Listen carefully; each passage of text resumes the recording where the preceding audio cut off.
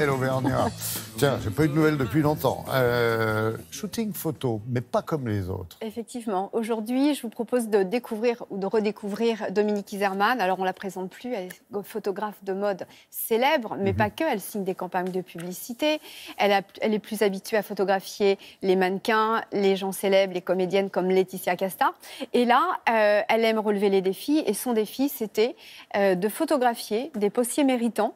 Parce qu'effectivement, depuis 2 ans, La Poste met en avant des postiers qui ont mérité, avec des actions comme sauver des vies, par exemple. Et puis, ils n'ont pas un métier facile. On l'a vu encore, l'actualité le prouve. Hier, il y a un postier qui s'est fait agresser à Paris avec une paire de ciseaux. Donc, voilà, chaque matin, ils ne savent pas ce qui va leur arriver, finalement. Et du coup, nous avons eu la chance de rencontrer Dominique, 2 postiers méritants, et d'assister un peu à un shooting. Et ce n'était pas évident pour ces gens, finalement, de se retrouver derrière l'objectif de ces grandes photographes, d'avoir des portraits aussi beaux. Je vous propose donc de les découvrir. Et puis Nathalie Collin, qui est quand même l'instigatrice de ce magazine. Regardez.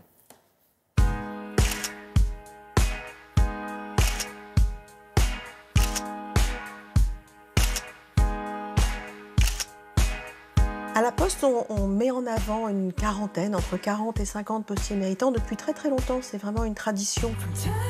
Il y a 2 ans, j'ai décidé de faire un journal de portraits pour honorer ces postiers méritants. Des postiers qui, soit ont sauvé des gens, soit ont fait des choses un peu extraordinaires. Et la 2e année, je me suis dit, qu'est-ce qu'on peut faire d'un peu extraordinaire pour les mettre à l'honneur, pour les mettre en avant. J'ai une très très grande admiration pour Dominique. Je trouve qu'elle est à la fois engagée, c'est une formidable photographe. Comme c'était des héros, je pensais que le noir et blanc allait donner ce côté un peu plus héroïque que la couleur, mais un peu moins de réalisme. C'était un peu exceptionnel, c'est comme une médaille qu'on reçoit. Le challenge, c'était de les laisser dans la même lumière, tous. Ça prend un certain temps, donc que du matin jusqu'au soir, les portraits soient tous les mêmes. Moi, j'avais envie de portraits vraiment classiques. C'était très simple et ça durait 3-4 minutes. J'étais très surprise parce que je ne pensais pas que ça allait rendre aussi bien. Parce que je ne suis pas photogénique du tout, je n'aime pas ça. Quand je suis arrivée pour faire les photos, j'étais comme une petite fille devant un sapin de Noël. Bien sûr que le moment où on appuie, c'est le moment où on est ému. Les visages qu'on photographie, je vois ça un peu comme des poteries qu'on tourne et il y a un moment où toutes les lignes de fuite se mettent dans un axe harmonieux ou qui me touche.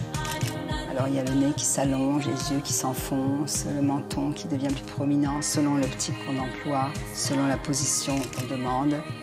Et tout à coup, ça me perce le cœur, quoi, comme une flèche. J'appuie sur le bouton et je trouve qu'à ce moment-là, le personnage est beau.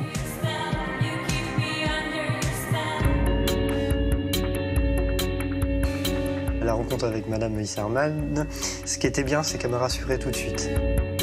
J'étais mis en avant parce qu'en fait, sur ma tournée, j'ai un homme qui a fait un malaise sur la route et qui s'est tapé la tête sur le goudron. J'ai appelé les secours, j'ai sécurisé le périmètre. Ce qui m'a choqué à ce moment-là, c'est que j'ai vu beaucoup de monde passer devant, qui ne s'arrêtait pas. C'était très simple, très calme. Ils n'étaient pas en fuite. C'est pas si facile. Même avec des acteurs, souvent, ils ne se sentent pas à l'aise, ils arrivent, ils ont des préoccupations. Avant de s'installer devant un appareil photo, ça prend toujours un peu de temps. Et là, j'avais juste 3-4 minutes avec chaque personne et c'était fulgurant. C'est formidable parce que quand les gens ont une belle photo, où ils se trouvent beaux, ils sont en général émus et ils pensent que ça y est, enfin, une photo qui me ressemble.